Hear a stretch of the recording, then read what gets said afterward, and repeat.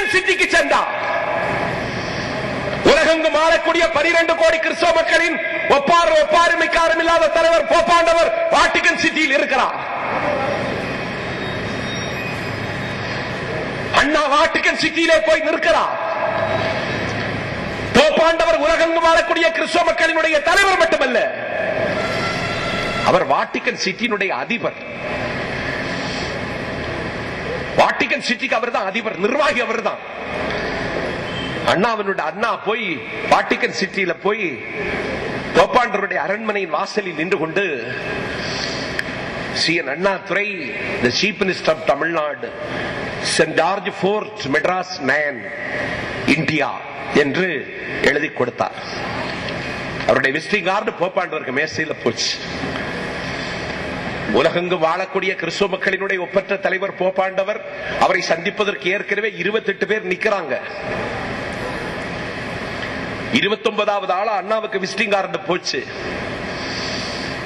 28 பேரும் உலகத்தினுடைய வல்லரசு நாடுகளினுடைய தூதுவர்கள் நிற்கிற பொழுது, வளர முடியாமல் திண்டாடக்கூடிய இந்தியாவின் கடைக்கோடியிலே காலடியிலே கிடக்கிற தமிழ்நாட்டினுடைய முதலமைச்சர் அண்ணாவுக்கு விசிட்டிங் கார்டை பார்த்தோட போப்பாண்டவர் அண்ணாவை முதல்ல கூப்பிட்டார். அது என்ன காரணம்? ரோமாபுரிக்கும் தமிழ்நாட்டுக்கும் கலாச்சார ரீதியாக சில உறவுகள் உண்டு. இன்றைக்கும் தொண்டியிலும் தூத்துக்குடியிலும் அகழ்வாராய்ச்சி செய்கிற பொழுது நாம் கண்டெடுக்கக்கூடிய நாணயங்கள் ரோமாபுரி நாணயங்கள்.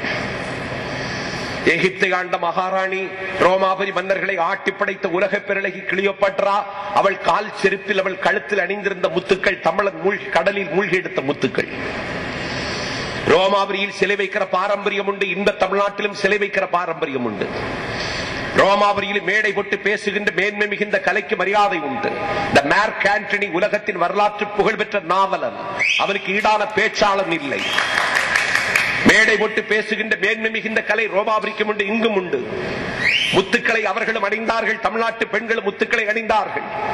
கலாச்சார ரீதியான உறவு தமிழ்நாட்டுக்கும் ரோமாபுரிக்கும் இருந்த காரணத்தினால் தமிழ்நாட்டினுடைய முதலமைச்சரை முதலில் அழைத்தார். போப்பாண்டவருடைய உதவியாளர் சொன்னார், போப்பாண்டவரிடத்திலே சந்திப்பதற்கு உங்களுக்கு only 5 minutes இன்டர்வியூ, 5 நிமிடம் மட்டுமே, எனக்கு போதும், ஓகே என்று சொல்லிவிட்டு போப்பாண்டவரை அண்ணா போய் சந்தித்து அவருடைய கரத்திலே முத்தம் கொடுத்து விட்டு பேச ஆரம்பித்தார். 5 நிமிடம் பேசி அண்ணா முடிக்க போகிற பொழுது போப்பாண்டவர் சொன்னார், பேச்சை முடித்து விடாதீர்கள். இவ்வளவு அழகான ஆங்கிலத்தை என்னுடைய வாழ்நாளில் நான் இதுவரைக்கும் கேட்டதில்லை. நேர கட்டுப்பாடு உங்களுக்கு பொருந்தாது, நீங்கள் பேசுங்கள் என்றார். 55 நிமிடம் பேசினார் அண்ணா. 5 நிமிடம் பேச அனுமதிக்கப்பட்ட போப்பாண்டவர் அண்ணா 55 நிமிடம் அவருடைய ஆற்றலுக்கான ஆங்கிலத்திலே மெய்மறக்க செய்தார். 55 நிமிடம் பேசி முடித்துவிட்டு விடைபெற விரும்புகிறேன், நேரமாகிறது என்று அண்ணா எழுந்து நின்ற பொழுது போப்பாண்டவர் சொன்னார், விடைபெற விரும்புகிறீர்களா? விடைபெறுவதற்கு முன்னால் விரும்பிய பரிசொன்றை கேளுங்கள், தருகிறேன். அண்ணா சொன்னார், எந்த பரிசையும் எதிர்பார்த்து நான் வரவில்லை.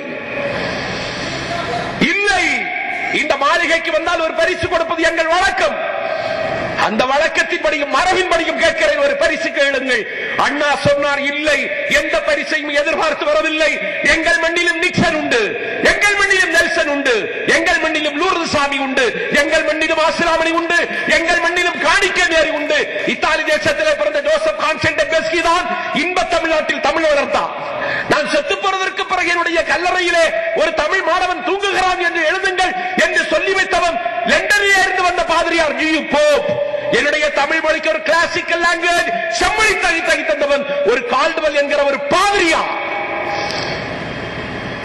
மருத்துவத்துக்கும் கல்விக்கும் கிறிஸ்தவம் செய்த தொண்டு அளப்பரியது. அதற்கு நன்றி தெரிவிக்க வந்தேன். எந்த பரிசும் எதிர்பார்க்கவில்லை என்று அண்ணா சொன்னார். இல்லை, நீங்கள் ஒரு பரிசு வாங்கிவிட்டு தான் போக வேண்டும் என்று போப்பாண்டவர் வற்புறுத்திய பொழுது அண்ணா சொன்னார், நான் விரும்பிய பரிசை தருவீர்களா என்று கேட்டார். போப்பாண்டவர் சொன்னார், வானத்தில் மின்னும் நட்சத்திரங்களை விலைக்கு வாங்கி கேட்டாலும் தருவேன், கேளுங்கள் என்றார். அண்ணா சொன்னார், வானத்தில் மின்னும் நட்சத்திரங்கள் வேண்டாம், உங்கள் மாளிகையை அலங்கரிக்கக்கூடிய உலகத்தின் விலை உயர்ந்த விளக்குகள் வேண்டாம்.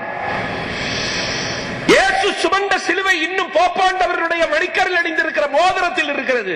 அதனால் தான் போப்பாண்டவரை சந்தித்த மாத்திரத்தில் கிறிஸ்தவர்கள் அவருடைய மணிக்கரு அவருடைய கைக்கு முத்தம் கொடுப்பார்கள்.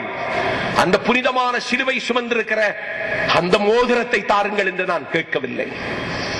விலை உயர்ந்த ரோமாபுரி சிலைகளையோ முத்துக்களையோ தாருங்கள் என்று கேட்கவில்லை.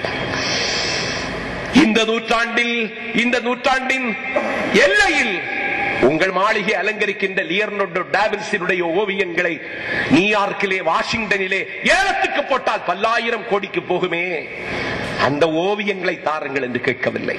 போப்பாண்டவர் அவர்களே, நான் சார்ந்திருக்கிற இந்தியா பிரிட்டிஷ் ஏகாதிபத்தியத்திற்கு அடிமைப்பட்டிருந்தது. காந்தியின் தலைமையில் அஹிம்சை போராட்டமும், நேதாஜியின் தலைமையிலே புரட்சிகரமான போராட்டமும் நடைபெற்று இந்தியா விடுதலை பெற்ற இந்தியாவில் அதிகாரங்கள் இல்லாத ஒரு மாநிலத்தின் முதலமைச்சர் நான். என் பக்கத்தில் பைந்தமிழ் பேசக்கூடிய பாண்டிச்சேரி டச்சு ஆதிக்கத்தின் கீழ் இருந்தது, பிரெஞ்சு ஆதிக்கத்தின் கீழ் இருந்தது.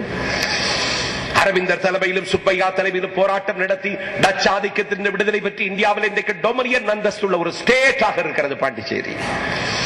இந்தியாவினுடைய துறைமுக வாசல் என்று பேசப்படக்கூடிய பாம்பே, அந்த பாம்பேக்கு பக்கத்தில் ஒரு ஐலண்ட் கோவா, அந்த கோவா போர்ச்சுகீசியர்களின் ஆதிக்கத்தின் கீழ் இருந்தது. போர்ச்சுகல் ஆதிக்கத்தில் இருந்து கோவாவினுடைய விடுதலைக்கு போராடினான் மைக்கேல் ரானடே. போப்பாண்டவர் அவர்களே, கோவா விடுதலை பெற்றுவிட்டது. விடுதலைக்கு போராடிய ரானடே இன்னும் விடுதலை பெறவில்லை. அவன் இன்னும் விலங்குகளை சுமந்து கொண்டு போர்ச்சுகல் நாட்டில் லிஸ்பன் சிறைச்சாலையில் இருக்கிறான்.